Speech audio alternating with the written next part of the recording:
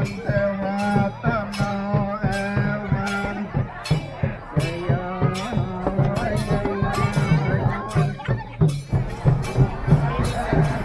សូមគោរពជំរាបសួរពុកម៉ែបងប្អូនមីងមៀអស់លោកអ្នកសប្បុរសប្រុសស្រីចិត្តឆ្ងាយជាទីស្រឡាញ់រាប់អាននេះជាទស្សនវិជ្ជានៃការដង្ហែអង្គកឋិនទានសាមគ្គីដើម្បីវេថ្វាយចំពោះព្រះភិក្ខុសង្ឃ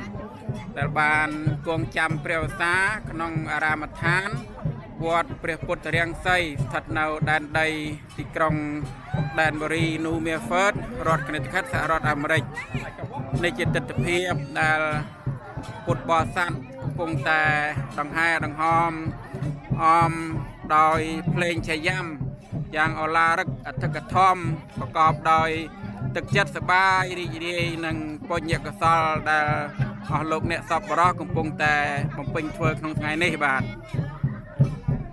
សូមជូនបុណ្យជូនកុសលដល់ញាតិញោមពុទ្ធបរិស័ទប្រុសស្រីប្រិយមិត្តគ្រប់ទិសទីសូមបានបុណ្យបានកុសលស្មើគ្នាបានជួបប្រទេសតែនឹងសេចក្តីសុខសេចក្តីចម្រើនអាយុវណ្ណៈសុខៈពលៈចូលចម្រើនដល់អស់លោកអ្នកជានិច្ចនិរន្តរ៍តរៀងទៅបាទតាសូមយ៉ាងកលាំងសុបភិតាំងសូមអនុមោទនាបុណ្យលោកអើយកាចយន្តពតយាមលេសាយានាងនន្តវតនោយ៉ាងវិជយោ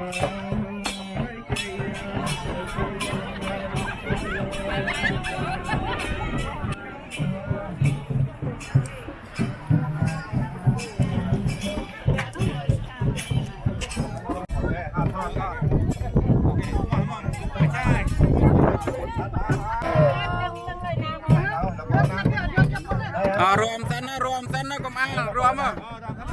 សិនណានៅសយាមដូចចាអូខេណាសយាមល្អណាស់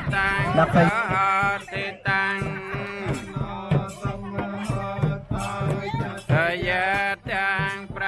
មចារេសុបត្យកេណាំង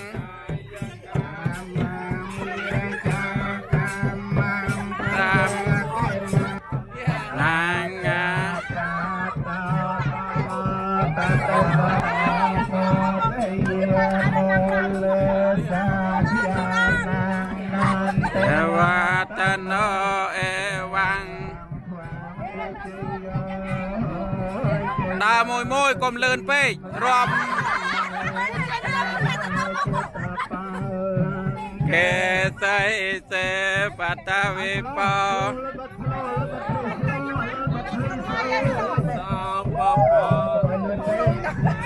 អាកាប